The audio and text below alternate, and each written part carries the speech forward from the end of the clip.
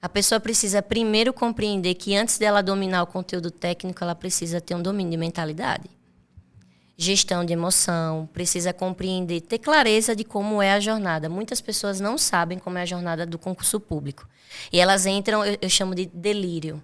As pessoas entram delirando. Tudo elas entram no delírio. O delírio da fórmula mágica. O delírio de que eu vou passar do dia para a noite. A gente chama de iludido. Tem até um personagem, a gente chama de Cleiton. Ô, Cleiton, eu tava achando que não tava. Ô, Cleiton. Eu já falava sobre você antes de te conhecer. Prazer. Ele é muito bom. Prazer, Cleiton. Aqui é meu lado canceriano agora. Ele não estuda.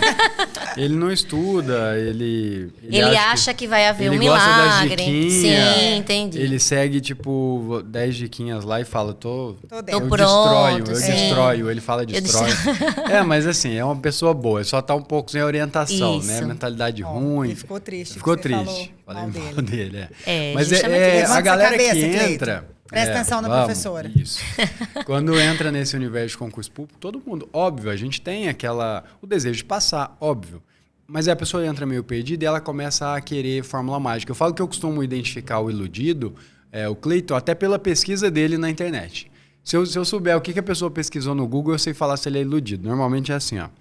Técnica do chute. Como acertar questões. Isso. Eu tenho um vídeo... 50%, 50%. Não, vou te contar. Eu tenho um vídeo que depois vocês procurem no meu canal. Acho que é o que mais tem visualização. Como acertar questões de interpretação sem ler o texto. Como acertar. O pessoal adora. Então eu preciso fazer conteúdo também pro iludido. Mas lá depois eu falo para ele, mas não é bem assim. Não é bem a gente assim. precisa Depende da banca. Depende da banca. Não, mas o lance é que a pessoa... E esse vídeo atrai muita gente, muito inscrito. Porque a pessoa vê, eu quero acertar sem ler o texto, vou ganhar tempo e tal. Isso. Mas nessa, a pessoa faz isso em todas as matérias e a chance dele de aprovação... Né, queimando etapas em todas as matérias é praticamente nula, né? Infelizmente. E é um comportamento que as pessoas expandem para todas as áreas da vida. Eu sempre digo, ninguém tem comportamento seletivo.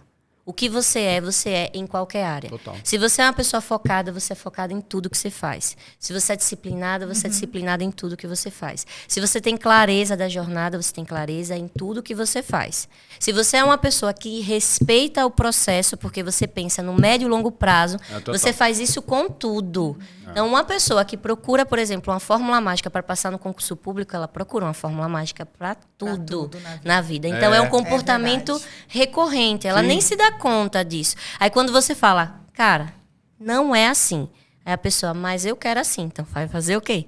Vai lá, continua, dá a volta no quarteirão, depois você volta, igual aquela cena de Chaves, né? Depois você volta, né? E aí você entende que o processo é esse.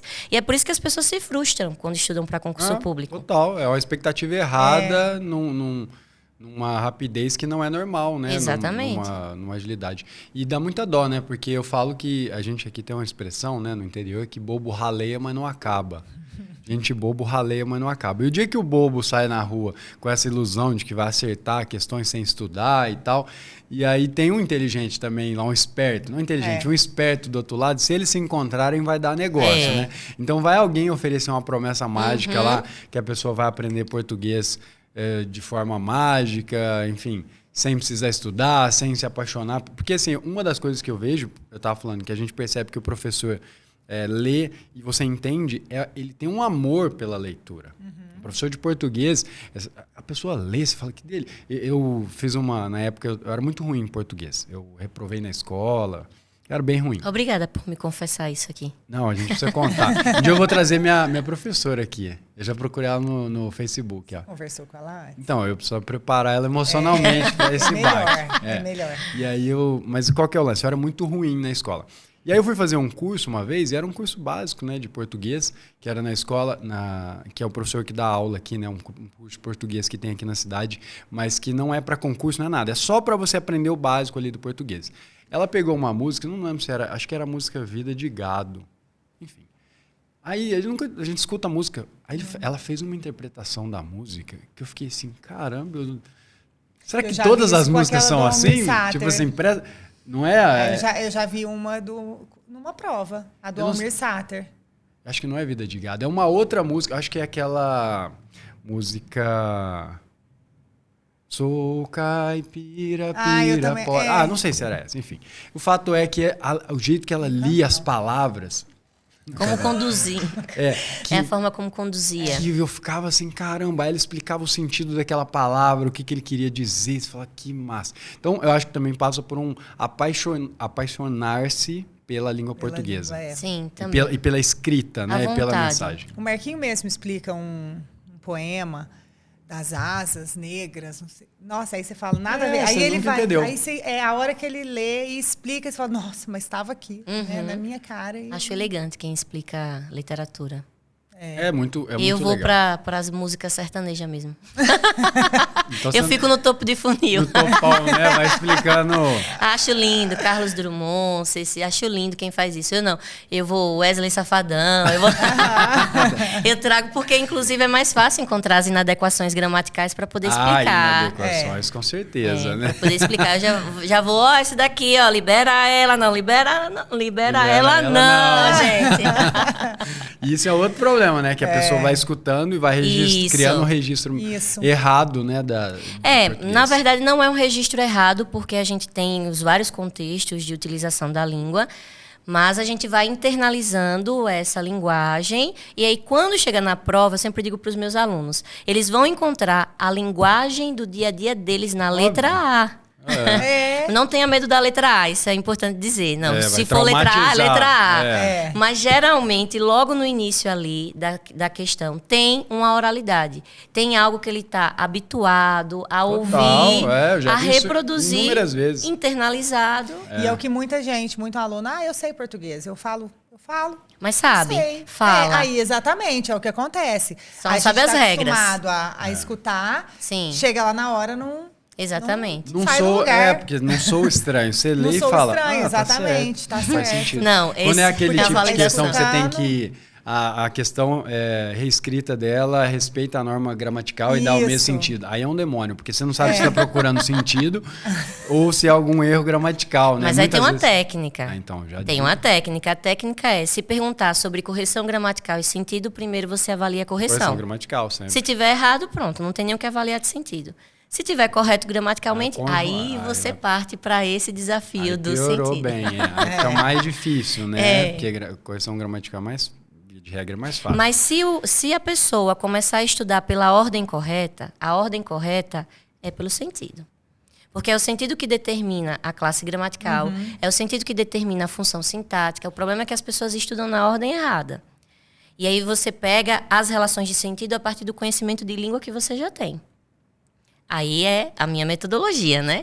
É a maneira como eu ensino, né? Eu faço uma organização do seu conhecimento, associando ao sentido, e aí depois é que eu faço a associação ao conceito. Aí fica mais simples. Por isso que é apaixonante. Porque você diz, nossa, tô amando português. Era isso e ninguém nunca havia me dito não isso. Era verbo transitivo direto. Não, ainda é. Tem que vai chegar. Ainda é. Só que você só sabe disso depois que você tem a certeza. Já tá apaixonado. Oração subordinada substantivo.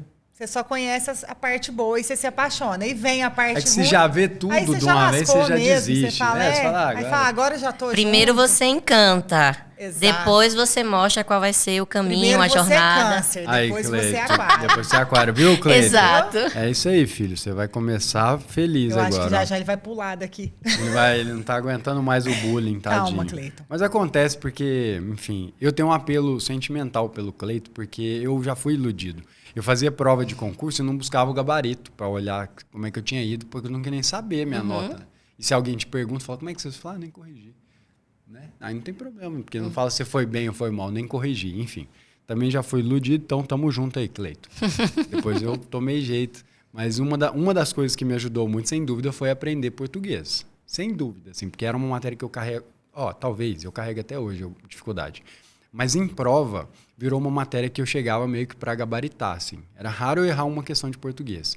Em prova, depois em concurso. E era... Só que, assim... demorava tempo, né? Levava tempo para fazer as questões. Eu sempre, como era uma matéria forte em mim, eu falava que eu tenho que mandar bem, então.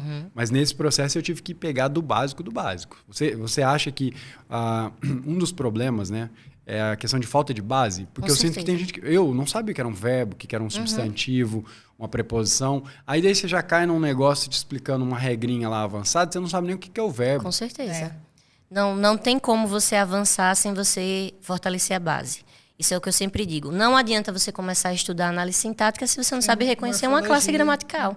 Como é que você vai saber quem é o sujeito da oração se você não sabe qual palavra pode ser o sujeito da oração?